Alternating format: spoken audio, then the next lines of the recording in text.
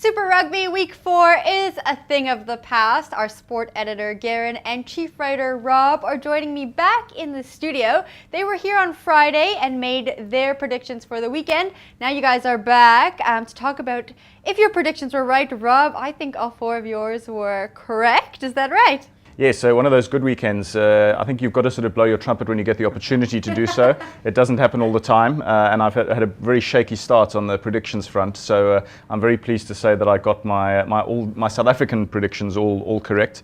I think Garen will agree that it was a pretty decent weekend actually of rugby in the end, with some good games and a few encouraging signs from some South African teams. Yeah, certainly the best weekend from a South African point of view this last weekend, round 4, but still a bit of a mixed bag of results. I think if we start with the first game on Friday, the Cheetahs were always going to be up against it. I think we both predicted they'd lose by about 10 points, and that's exactly what they did, going down 43-33. Very good, guys. I'm So happy that you we were off to a good start, so things were looking good on Friday.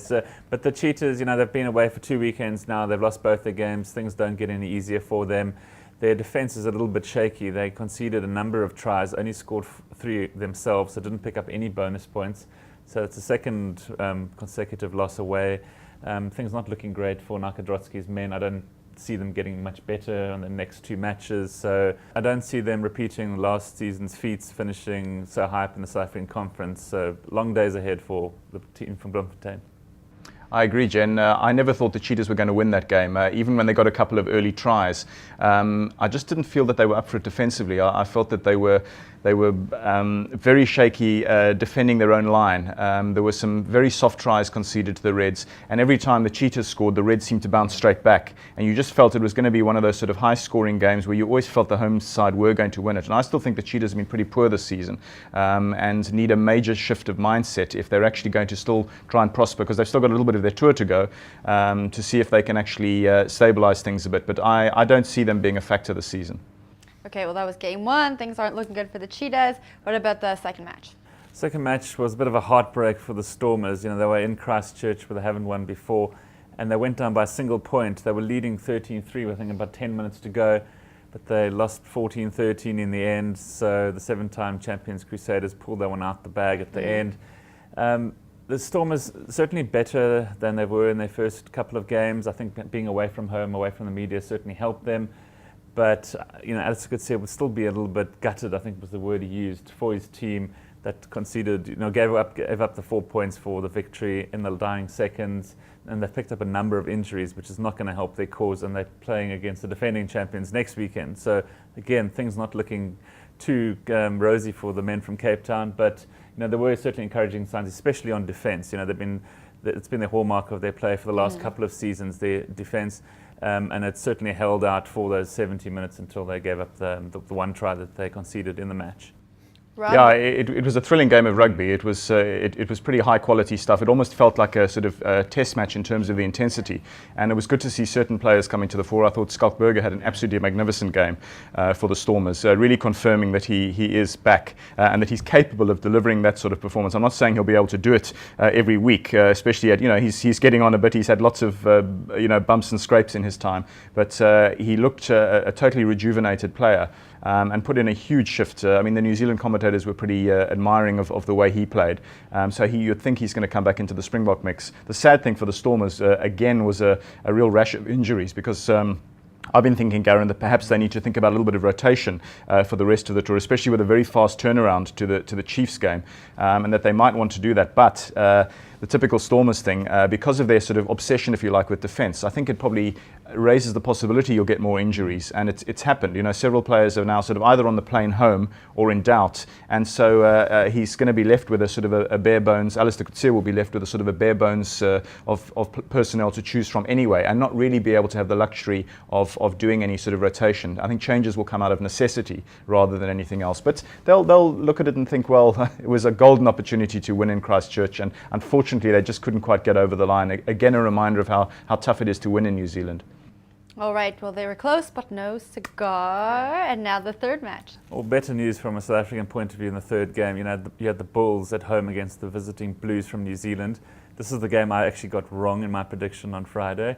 I wasn't going to say anything. No. I went for the Blues, but the Bulls were actually comfortable winners in the end. And I was impressed, Rob, by the Bulls' play. Their defense was certainly a lot better, and their backlines was, in sparkling form, especially their centers. I thought they played incredibly well. JJ Engelbrecht and Jan Serfontein. They ran hard at the Blues backline, who themselves have a number of All Black players in there.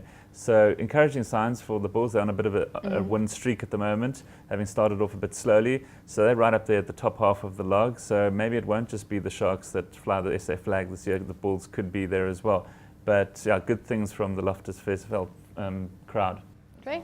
Rob, do you agree? Yes, it was again a question of a really gloomy sort of afternoon or evening in Pretoria.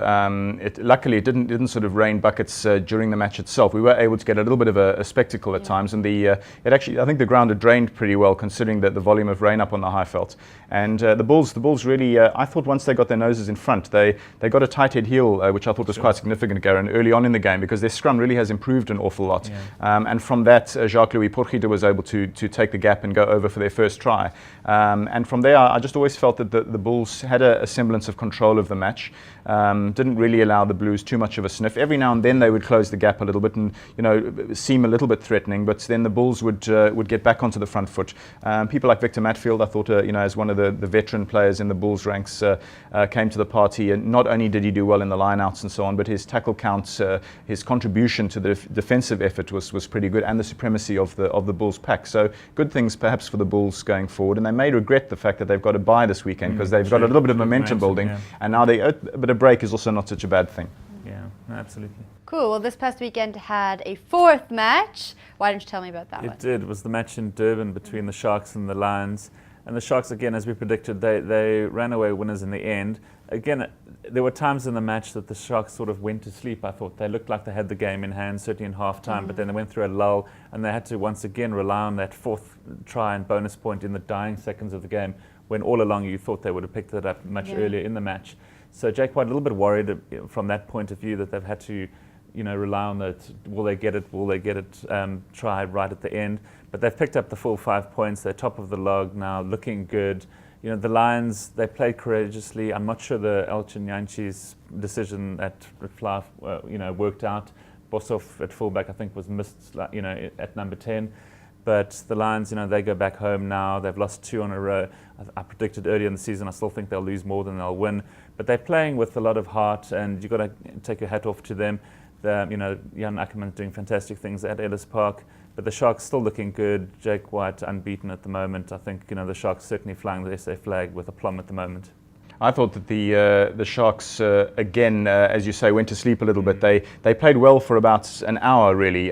But a lot of substitutions perhaps had a bit to do with it. Jake actually admitted afterwards that he'd perhaps emptied the bench just a little bit too much. And of course, the Lions also made lots of personnel changes towards the end as they tried to sort of come from behind. So it made for a little bit of a disjointed sort of environment late in the game, which perhaps wasn't a true reflection of the way the Sharks had really sort of stamped their authority early on, and always looked like winning the match. A positive for me, I think, was the fact that somebody like Frans Steyn did a magnificent job at fly half after moving inside from number 12 at the sort of the 11th hour because of Pat Lambie's illness, and he also delivered a flawless performance off the tee, which I thought was quite significant, and something that Heineke Meyer will have looked at and sort of ticked the box for Frans Steyn as a possible Bok fly half option this year.